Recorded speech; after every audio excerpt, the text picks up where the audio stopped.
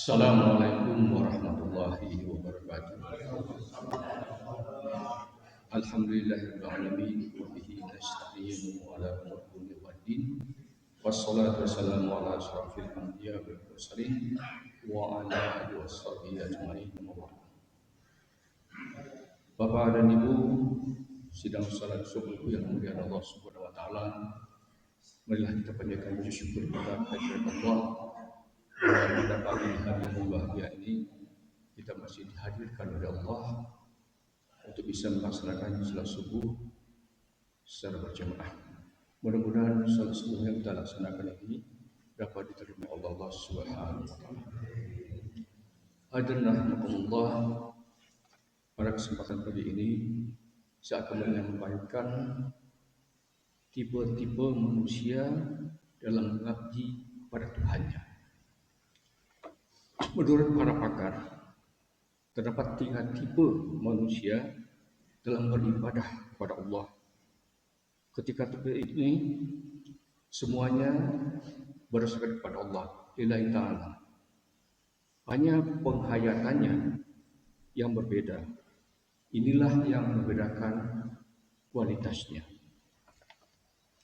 Yang pertama adalah tipe pedagang, yaitu melakukan sesuatu demi memperoleh imbalan yang menyenangkan.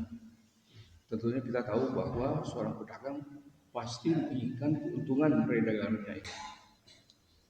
Nah, termasuk dalam kategori ini adalah orang-orang yang taat kepada Allah karena mengharapkan di akhirat kelak akan dimasukkan ke dalam surga. Kemudian tipe yang kedua adalah tipe budak yang takut pada majikannya. Ia taat kepada Allah karena dorongan takut dengan siksa neraka. Nah, tipe yang ketiga adalah tipe orang yang arif, yaitu orang yang beribadah bukan karena mengharapkan imbalan surgawi dan juga bukan karena takut neraka, melainkan sebagai balas jasa karena menyadari betapa besar anugerah Allah yang telah diterimanya. Ia tidak berani membangkang kepada Allah semata-mata karena rasa malu bahwa Tuhannya telah memberikan yang terbaik untuknya.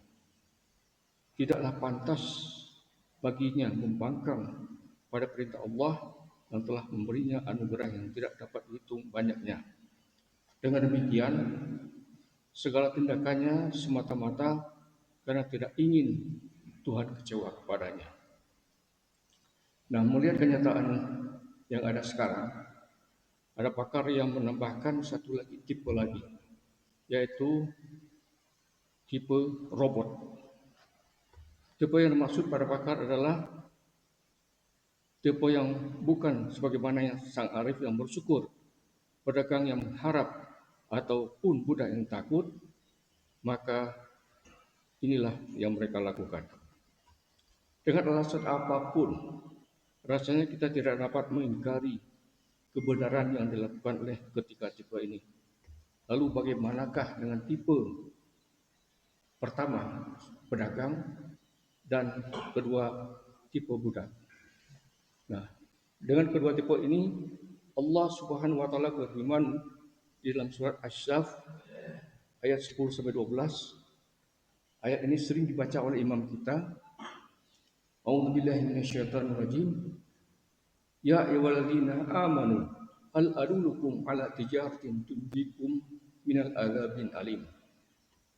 Tu'minuna billahi wa rasulihi wa tujahidu fi sabilillahi bi amwalikum wa anfusikum dzalikum khairul lakum in kuntum ta'lamun. Yaghfir lakum dzunubakum wa yudkhilkum jannatin tajri min tahtihumul anharu wa masakin thayyibatan fi jannatin adn. Zalika fawzul azim. Hai orang-orang yang beriman, sukakah kamu bila aku tunjukkan suatu perniagaan yang dapat menyelamatkan kamu dari api neraka, yaitu kamu beriman kepada Allah dan Rasul-Nya dan berjihad di jalan Allah dengan harta dan jiwamu. Itulah yang lebih baik bagi kamu jika kamu mengetahui. Niscaya Allah akan mengampuni dosa-dosamu dan memasukkan kamu ke dalam surga yang mengalir di bawahnya sungai-sungai, dan memasukkan kamu ke tempat tinggal yang baik di dalam surga Aden. Itulah keuntungan yang besar. Hadirinullah, dari dua tipe ini ada satu kisah ketika sahabat Utsman bin Affan pada saat itu Madinah ditempa dengan paceklik yang besar. Tumbuh-tumbuhan dan hewan banyak yang mati. Masyarakat Madinah banyak yang mengalami kelaparan. Pada saat gawat itu datanglah serombongan khalifah kafilah dari negeri Syam membawa barang-barang dagangan yang sebagian besar berupa makanan. Rupanya barang dagangan itu punyaan Utsman bin Affan. Para pedagang Madinah berebut ingin membelinya dengan maksud akan jual kembali kepada masyarakat yang memang sangat membutuhkan dengan harga berlipat-lipat. Mereka menawar barang dagangan itu dengan harga yang 3 lipat dari harga pembelinya. Tetapi tawaran yang menggiurkan itu ditolak oleh Utsman bin Affan. Maafkan saya, barang dagangan ini telah terjual dengan harga yang lebih besar daripada itu.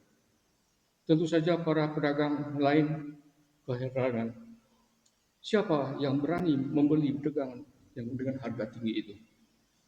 Mereka pun bertanya pada Utsman bin Affan, wahai sahabat, siapakah orang yang telah membeli barang daganganmu dengan harga yang sangat tinggi itu? Utsman pun menjawab, Allah Subhanahu wa taala. Dengan keheranan mereka bertanya, bagaimana caranya Allah memberi keuntungan itu kepadamu? Jawab Utsman, Allah telah menjanjikan kepadaku keuntungan tidak kurang dari 700 kali lipat. Tidakkah kalian ingat janji Allah di dalam Al-Quran?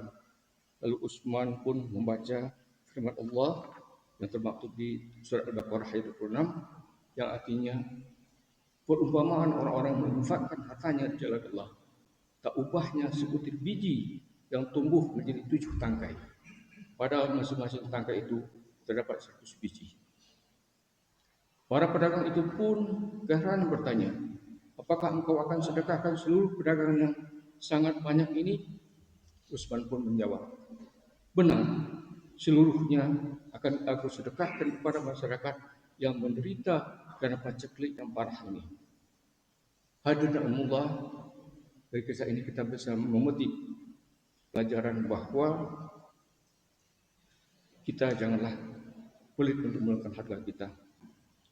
Di dalam surat Al-Baqarah ayat 245 Allah Subhanahu wa taala berfirman juga, siapakah yang mau memberi pinjaman kepada Allah, pinjaman yang baik, menafkahkan hartanya di jalan Allah, maka Allah akan melipat gandakan pembayaran kepadanya dengan lipat ganda yang banyak.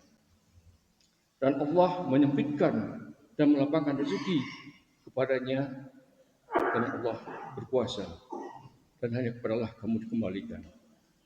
Hadirinullah, saya tutup dengan sebuah diskusi.